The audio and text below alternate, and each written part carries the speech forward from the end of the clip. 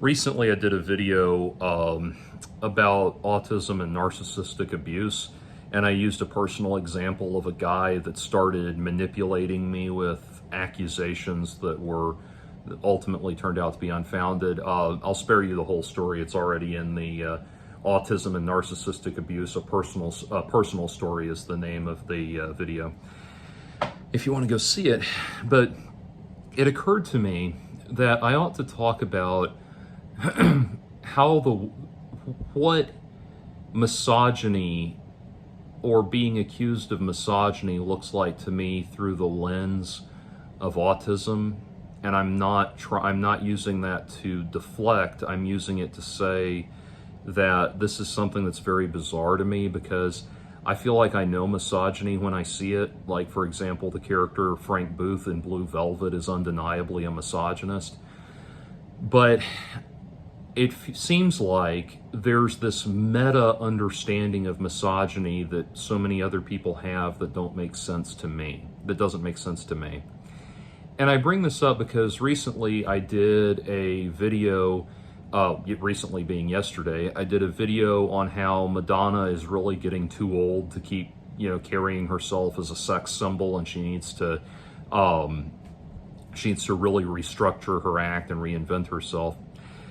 And, of course, Madonna is one of those people whose followers view her as some kind of deity.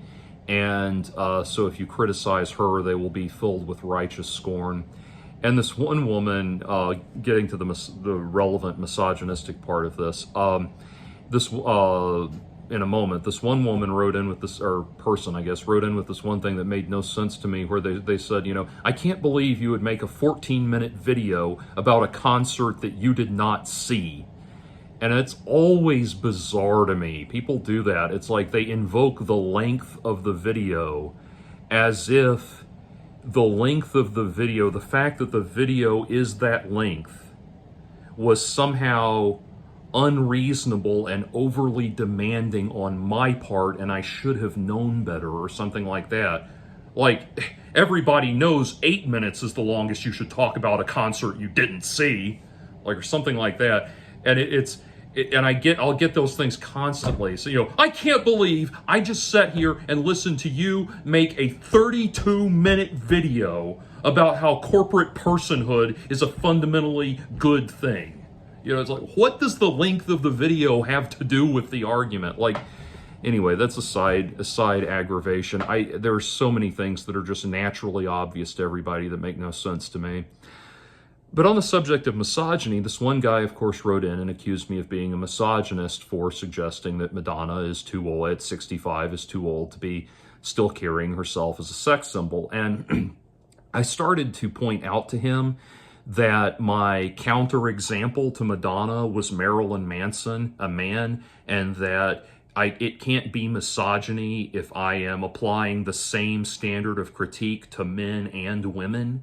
I started to point that out to him, but instead I just, delete block, because there's no the odds that you're ever going to change somebody's mind at that point are virtually nil. Usually, if you confront people with facts and logic, all that happens is they dig in their heels, double down, and become more emotional with their accusations. But anyway, I wanted to talk about, I put up a video with this example in it very briefly not too long ago, and took it down because I just wasn't happy with the quality of the video and I thought I could do it better. But I want to use, recently, as I mentioned, I did a video commenting on personal, abuse that I encountered, narcissistic abuse that I encountered as a result of being on the spectrum and being vulnerable to attack. And I wanted to step off from that and give you a milder, less, scandalous example of just something that happened years ago, many years ago now, actually. Time flies when you're having fun, I guess. But anyway, well over a decade ago, I was working on music with some guys, and we went out with some friends of one of the guys. These two women were friends of one of the guys I was doing the music with. And one of them, I don't like the alpha beta terminology, but I'll say that there was a very obvious alpha beta dynamic between these two women. One of them was Peppermint Patty and one of them was Marcy. And they were, lesbians and a lesbian coupling, a lesbian pairing. And the one that's the alpha one was obviously the one that was confrontational and problematic. I'll call her Juliana to pick a random name. I could call her by her actual name, but I have a friend with that name, an actual friend with that name, so I don't want to create confusion. But we went out one night clubbing with this the three of us, me and these two other guys, and these two women, Juliana and the other one. And we went out to different clubs, and this happened a couple of times. I'm trying to remember if we went out. I don't think it really matters, but I'm trying to remember if these two anecdotes I'm going to use happened the same night. They may have. I'm not sure about that, but but it doesn't really matter, like I said. Anyway, the first one, we went to this go-go bar in the Atlanta area. Now, go-go dancing, if you don't know, is distinct from stripping because it's a form of dance where the girls dance. They get in these little faux cages and dance sexy, but it's distinct from stripping in that they don't take off any clothes. And so we go to this bar, and we're all hanging out and talking and milling about. And I get my drink, and I'm sitting on this couch, and or this seating area, and I'm right next to one of the platforms where one of these go-go cages is. Now, the go-go cage, it's basically like a circular platform, and then 6 feet above it, suspended from the 6 feet or so above it, suspended from the ceiling, is an inverted circular platform, and then suspended between those two extremes are these chains that are supposed to make it look like a little cage, so the girls can get in and dance in that, do the sexy routine and all of that. So the Juliana is talking to the other two guys, and the Marcy to her Peppermint Patty gets up in the go-go dancer cage and starts dancing. And we're chatting as, she's right here next to me. So, right here about this far up off, her feet are about this far off the ground from where I'm sitting. And so we're chatting and I'm looking up at her. And again, see, the thing is, as I describe this, people are going to accuse me of victim blaming or something like that, but there's really not a victim in this situation. But anyway, she did this of her own accord. She got up in this cage thing and starts dancing and gyrating in the go-go cage.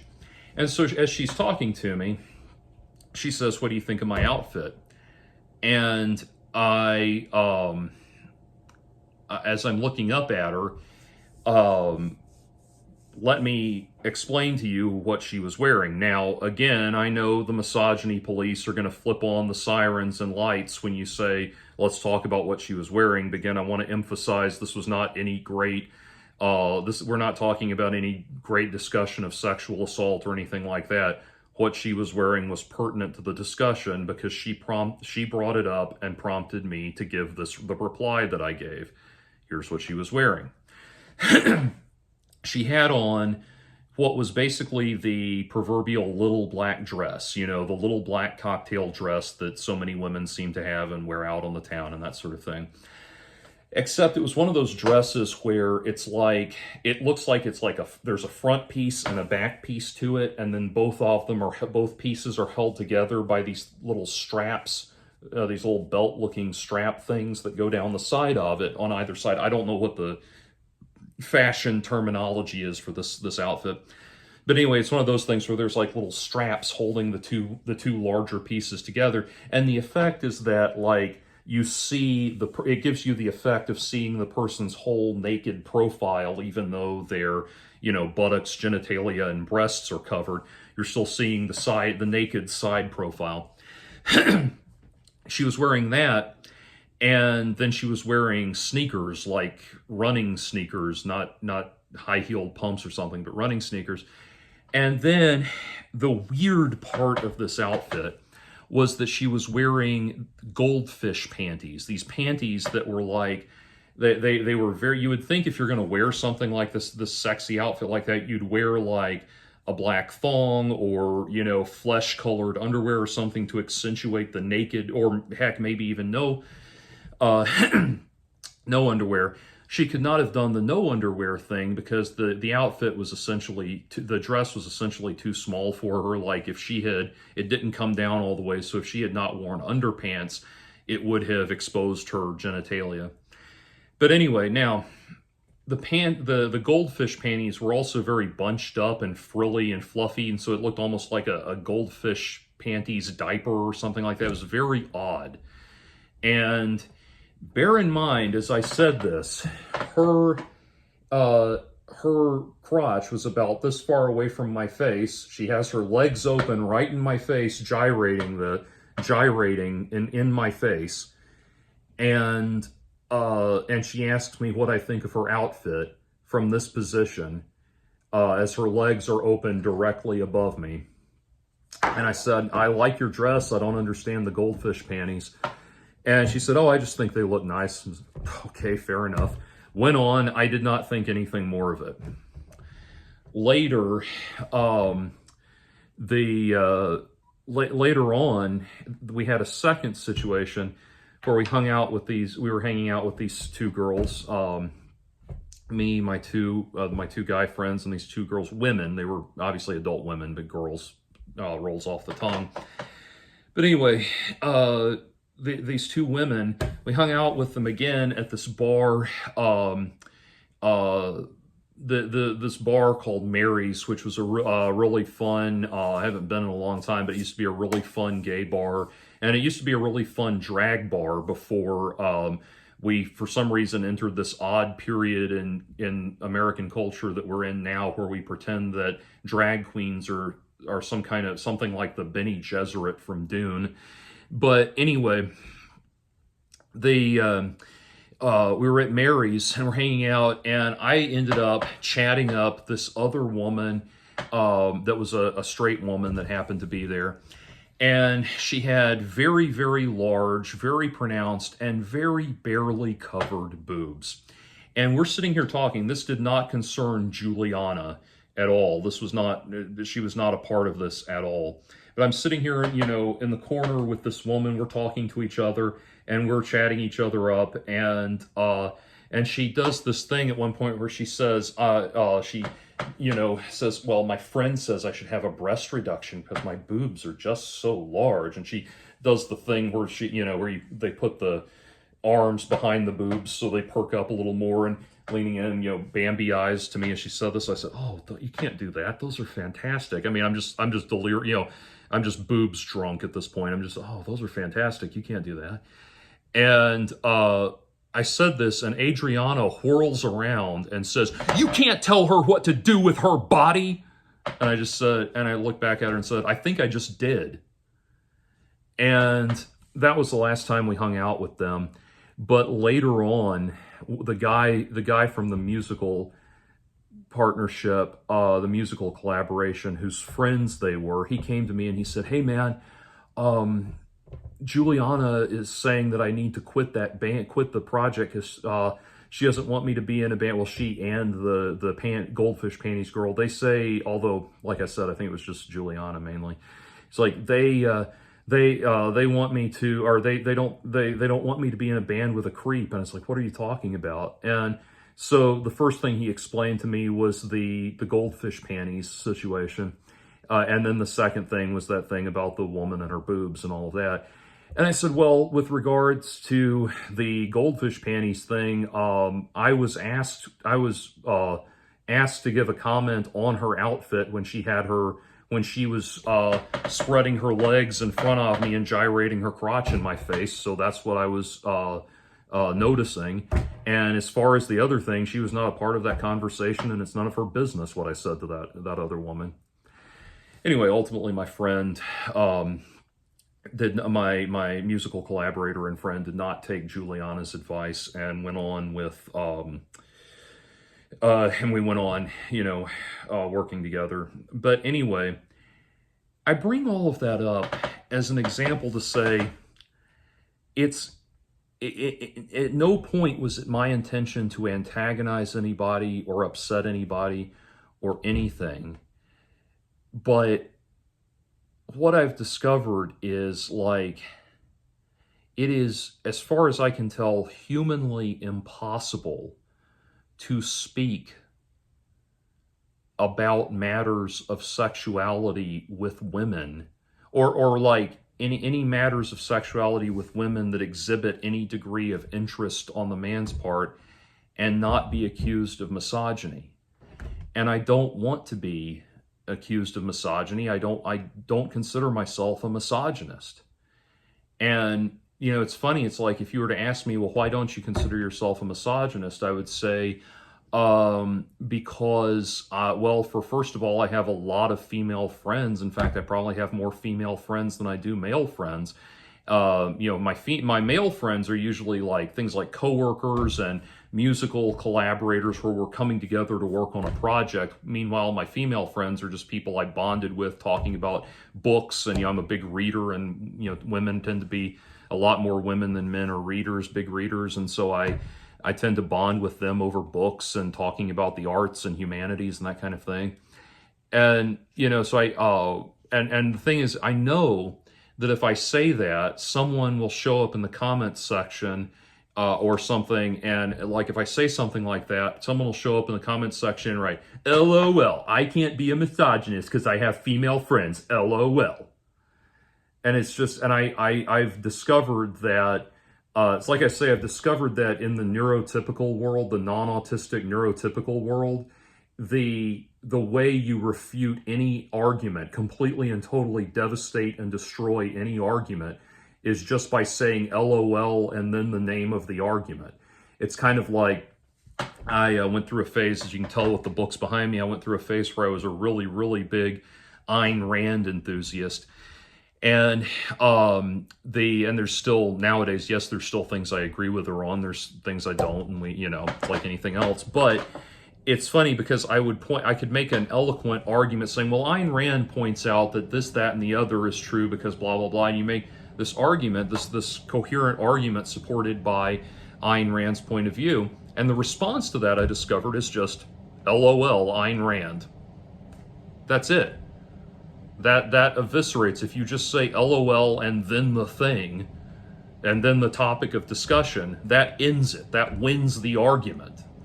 If you say, you could come in and say, Rudy Kazudi says that he's found the cure for cancer, and here it is. The whole refutation of that argument is LOL, Rudy Kazudi. Anyway, so I don't understand, it's kind of like, I understand traffic law. Am I always a perfect driver? No. Have I run afoul of traffic law in the past? Yes. I've gotten tickets, that kind of thing. But there's a commonality of understanding that goes above and beyond individual perception that we can all abide by. And we can all work within. We can all say, if we are wrongly accused of violating the traffic code, we can go to court and say, Your Honor, here's the proof that I was following the rules, and the proof that they are incorrect in their assertions about me. And you can make this valid argument and be found innocent and go on with your life. That doesn't exist with misogyny. Misogyny, it seems like, is this kind of aura that floats in the air. This thing that is like, it's something that, like, the nanosecond something related to women is brought into discussion at all, it's invariable that whoever has invoked the discussion will be accused of misogyny or something like that. if that makes sense. And I wanted to use that example because, again, it's bizarre to me. My attitude, like that cage dancer thing, like I said, the second example is really a non-issue, because it's like, if the person I'm talking to likes being spoken to that way, it's none of your goddamn business what I'm saying to them. But in the first example, it's like, okay, you got up on this table in front of me and opened your legs in my face. I did nothing to prompt you to do this. And you started sexy gyrating your stupid looking panties in my face and asked me what you thought of my outfit. And I'm sorry, but I feel like if someone holds anything this far from my face, I have a right to have an opinion about it. Like, if you hold this guitar amplifier microphone, this instrument microphone right in front of my face, I feel like I have this far from my face, I have a right to have an opinion about it. If you hold this Shure condenser microphone this far from my face, I have a right to have an opinion about it. If you hold this iPhone holder this far from my face, I have a right to have an opinion about it. I mean, it's just bizarre to me. It's like, what are the rules? I want to follow the rules. I don't want to fucking have these problems.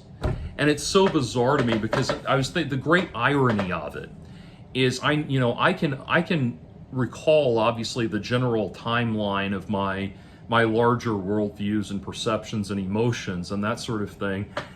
And as I look back, I realize the times in my life where I felt something that could be called misogyny, reasonably called misogyny, has always been a result of my frustration at facing down accusations of misogyny that make no sense to me.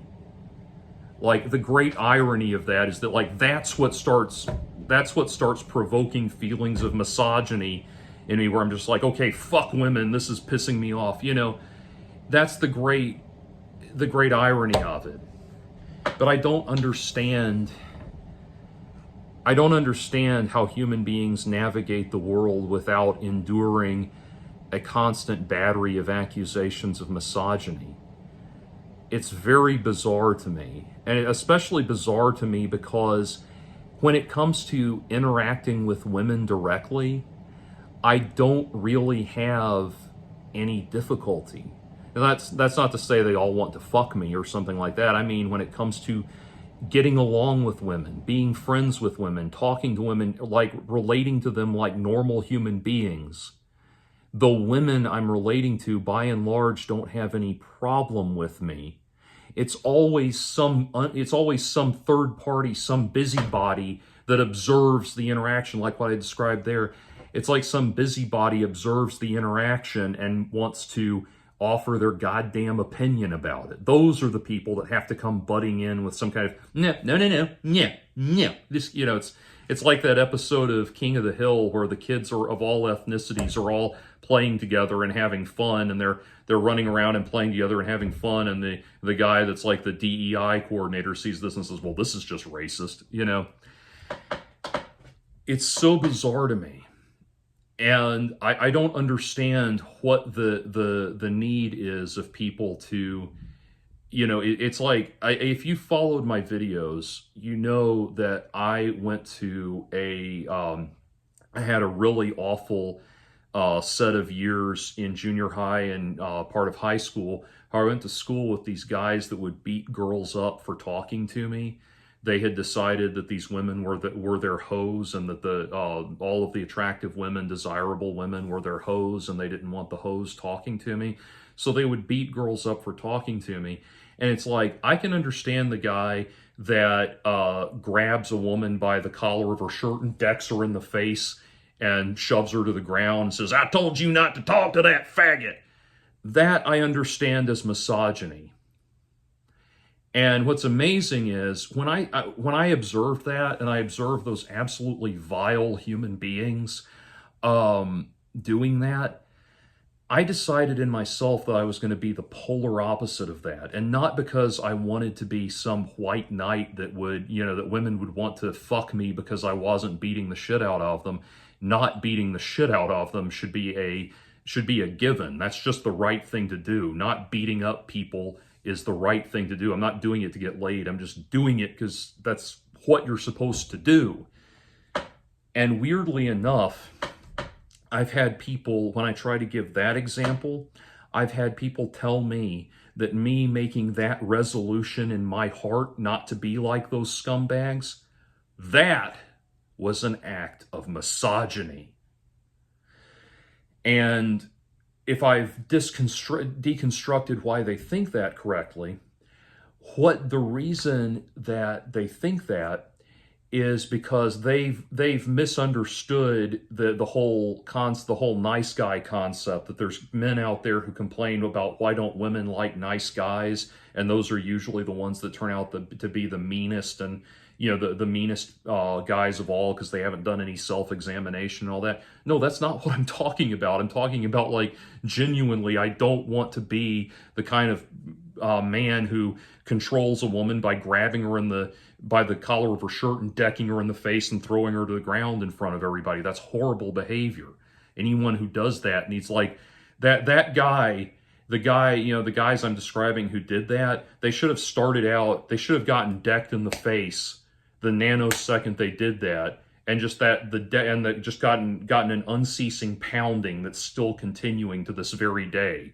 Like, every day they just sit there and get pounded and pounded in the face, and they go to sleep and get pounded while they're asleep and wake up, like the episode of Simpsons where they're just paddling the young Ned Flanders day and night for years, like that. That's what I feel like those guys should have to endure for doing that to women. But feeling that way apparently is also misogynistic because, you're suggesting that women can't solve their own problems or something like that. And it's just like, you know what? This all goes into why I'm done with 99% of the human race. I got another, at this point, I turned 40 this year, and I've got, about 39 years and 8 months left of my life. And you know what? I'm just going to stay in my room and read books and leave you all the fuck alone, and you do whatever you want. And, this confusing stuff that makes no sense to me, I swear to God, I went into it with good intentions. And I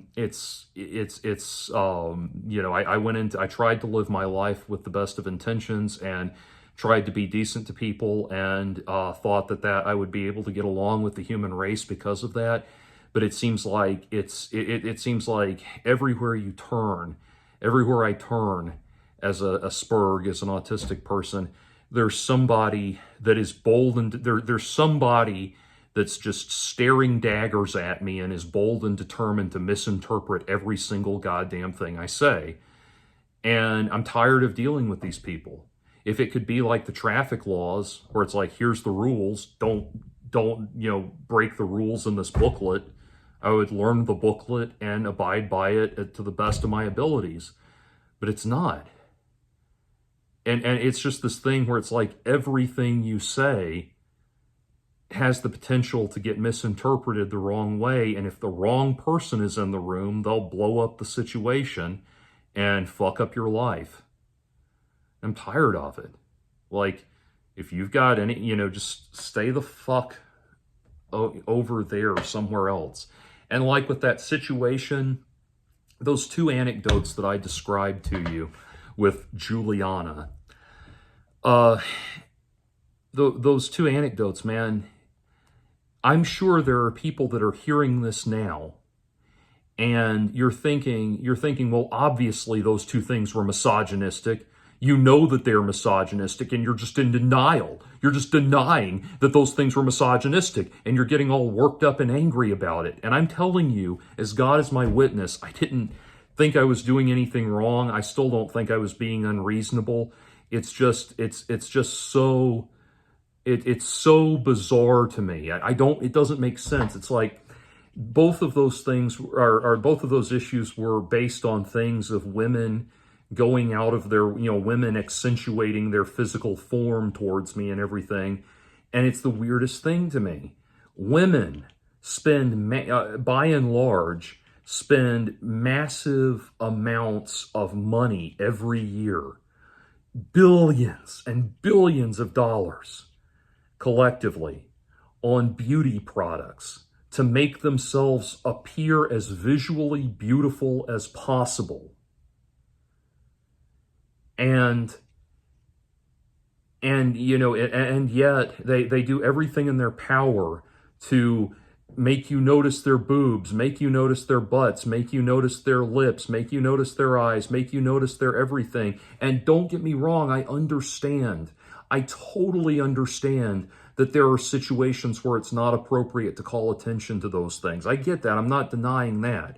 Obviously, in the workplace, you're not there to flirt with people in the workplace. You're there to do your job. So I get that. I understand. But it's the weirdest thing. It's like when all of the boxes should be checked. We're in a casual social environment at a nightclub.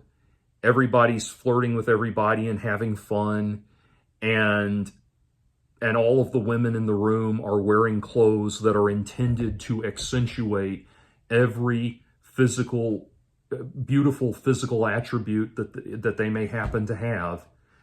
And this girl gets up on a table, parts her legs, squats, and starts circling her hips directly in my face and asks me what I think of her outfit. And that was misogynistic, because I said, I don't understand the Goldfish panties.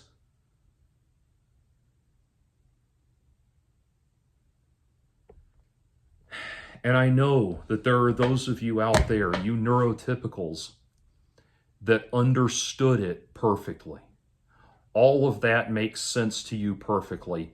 Only in your minds, only a creep and a scumbag and a misogynist would ever say anything about a woman's goldfish panties when she's spreading her legs directly in front of you in the very type of nightclub where women are paid to do dances of that variety.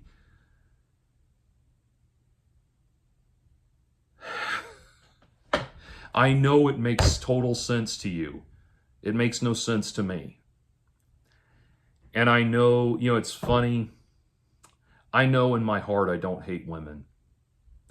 It's funny right now. How do I know in my heart I don't hate women? Because right now, for the last 2 or 3 weeks, I've been binge watching The Handmaid's Tale. I finally got around to watching it, and I know, spoiler alert for anyone who cares, I know that Fred Waterford gets hanged in one of the later seasons, and I can't wait for it to happen. I can't wait for that sick, disgusting piece of shit to finally get his comeuppance. If I was a misogynist, I would be taking his side. That's how I know I'm not a misogynist. I know what is and is not in my heart. But I can't fucking I can't deal with this endless litany of misogyny, accusations of misogyny being wielded like a weapon constantly. Again, to such a degree that someone saw misogyny in a video where I talked about male and female performers reaching a point at which they are in their later years and they are no longer sex symbols, and they're no longer sex symbols and they can choose to age gracefully or not. A video where I held male and female performers to the same standard, and yet they still see misogyny. And that's my great gripe with the neurotypicals of the world. I am an autist. I am built around observing logical connections between concepts and finding that the most valid logical connections between two concepts formulate the basis for a train of thought that we call the truth. and that observing the truth is a moral virtue and a good thing. That's how I'm structured. Neurotypical people have this sense of things. There's this aura that it's like they sense the auras of the world interacting in some spectral infinitesimal way that makes no sense to me. It's bizarre. It's like it's just a vibe that they get. And I don't understand vibes that people get. And so hopefully that makes some sense. I wanted to drop this in the autism category for my videos because I'm just fucking done with the human race, man. And misogyny happens to just be the topic at hand, but there's all kinds of this bullshit everywhere else, you know. The people pull the same thing with racism and all sorts of other isms and that sort of thing, where it's like it doesn't matter that the logical equation of what has just occurred does not add up to the accusation in any logical format. It still is true because of some aura that they sense in the world. And frankly, normal people sound like a bunch of new age hippies, and I'm fucking sick of it.